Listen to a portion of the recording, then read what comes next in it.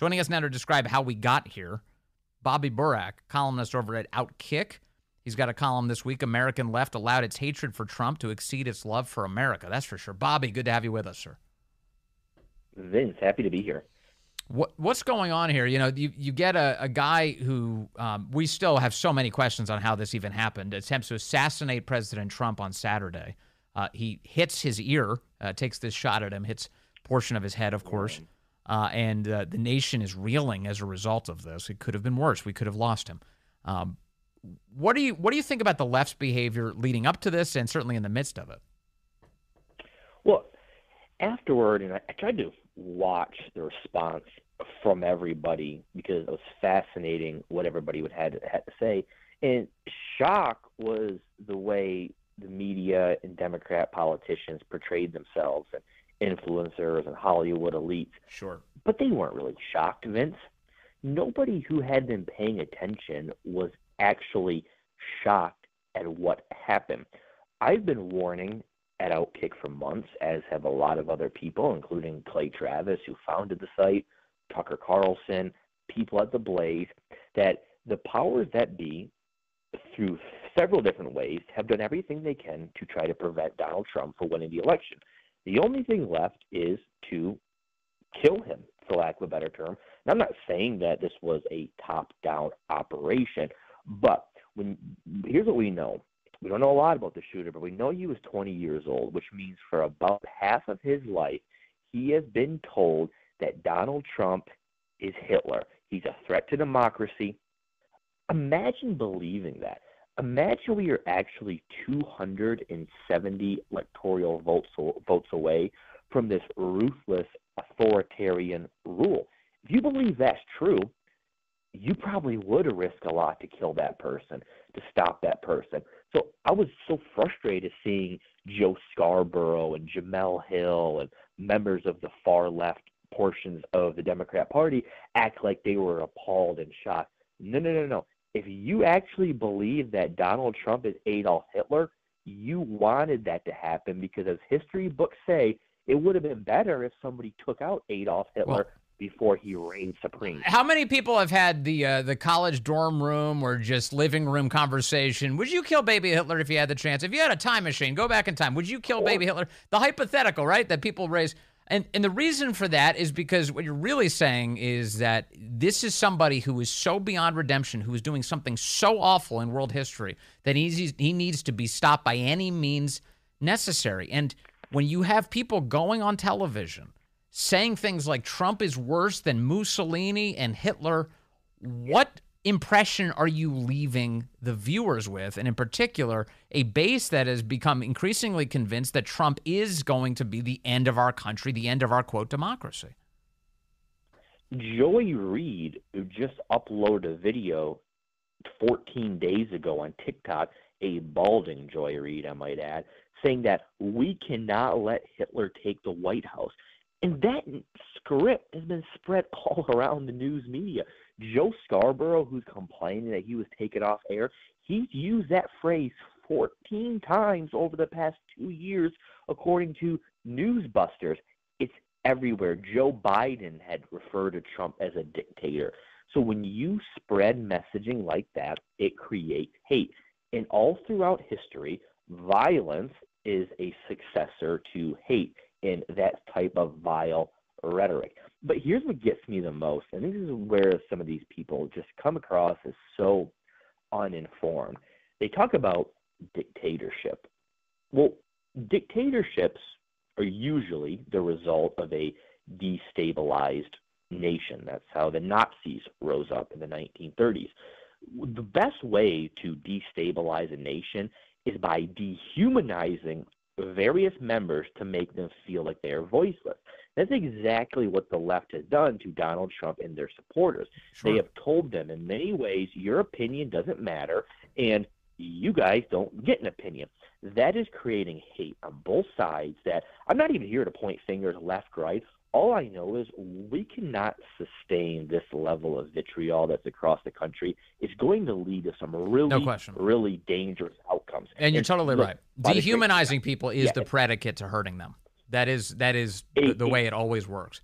And that includes, by the way, Exactly. women. I mean, look at what the Biden administration has been doing to women by basically stating out loud that that is not a real biological category. You don't exist. That it is merely a notional existence. Right. And therefore, your safety is of no concern. Women's prisons, women's sports, women's locker rooms, women's bathrooms, all of that. And that is, again, dehumanizing the predicate to harm. And the Biden administration has been quite unfortunately overseeing that and advancing it. Yeah, and look, Donald Trump, by the grace of God, is still alive, but he's not safe. People who support Donald Trump are not safe. There was this idea that we were going to tone down the temperatures. Joe Biden started his interview last night with Lester Holt spreading the Charleston hoax. Then he went right into the bloodbath hoax, two officially debunked talking points.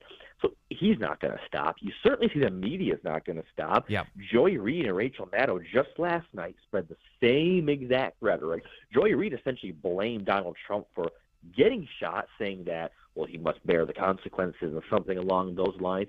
So not much has changed. I'm fascinated to see what President Trump says at the RNC, what his tone is, but the left is not going to stop. Let me play some of the audio. Lester Holt had an interview that he recorded yesterday with Joe Biden. They aired it last night on NBC. And here is Lester Holt asking Joe Biden about his first reaction to the fact that his political opponent just survived an assassination attempt. You were in Delaware when this happened. What was your first reaction? My first reaction was, my God, look, there's so much violence now, the way we talk about it. I mean, the whole notion that there is this, there's no place at all for violence in politics in America. None. Zero. And we've reached a point where it's become too commonplace, not assassinations, but to talk about it. For example, the January 6th, the attack on the Capitol. Lester, I got in this race early on in 2020 for the 2020 race. I wasn't going to run again because I lost my son. I didn't feel, and until I watched what happened in Charlottesville, Virginia. Those folks coming out of the woods with torches, carrying swastikas, singing the same Nazi bile. It was accompanied by this Ku Klux Klan, and a young woman was killed. And I was a bystander.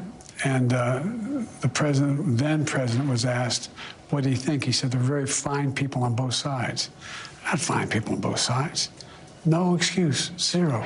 So he's asked, what was your first reaction to Donald Trump nearly dying? His answer is to try in both sides' assassinations attempts and then to advance a hoax about Charlottesville? Yeah, I mean, obviously I'm sure you've mentioned it. Trump was referring to protesters and counter-protesters. That was the both sides of it. But it's almost like Joe Biden has that talking point that this is why he was running or why he ran, and just refuses to change because it's the only real thing he knows what to say.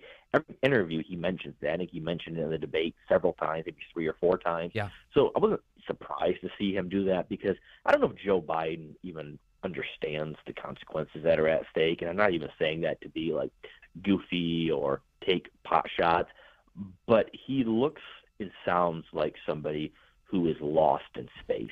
The words don't really make sense.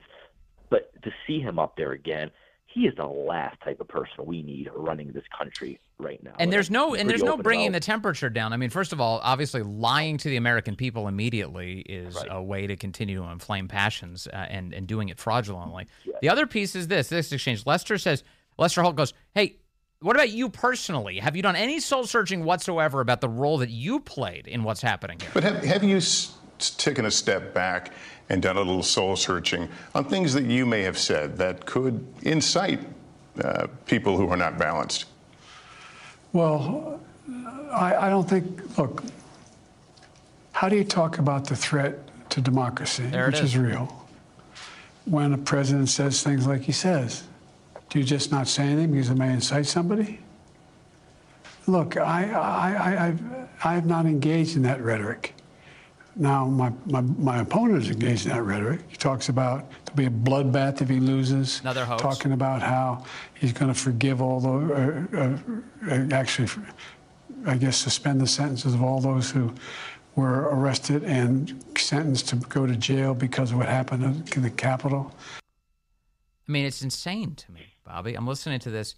So he's asked, like, have you done any soul searching? And he's like, my opponent is a threat to democracy, Biden says in his own incoherent way. And then he once again lies. He says that my opponent called for a bloodbath. No, he didn't. He said that there would be a bloodbath in the auto industry, an economic bloodbath, should the Biden administration continue. And that's awful for American auto workers. Why is, this, it's crazy. Well, and Lester Holt in that moment should have corrected him on both of those hoax. He should have said, hey, NBC News has confirmed neither one of those things are true, because when we talk about what this vile rhetoric is leading to, potentially the attempted assassination of a president, Lester Holt, as the interviewer, owes it to his audience to correct Biden in that moment. And I reached out to NBC last night on behalf of OutKick, asking them, why didn't Lester Holt correct Biden? And moreover, why didn't NBC post-interview during their coverage mention that Biden lied twice there?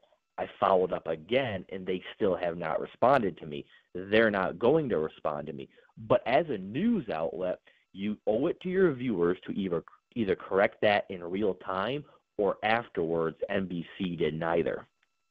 Please stay on them. I don't care that they're not going to respond to you. Just annoy the hell out of them. They deserve it.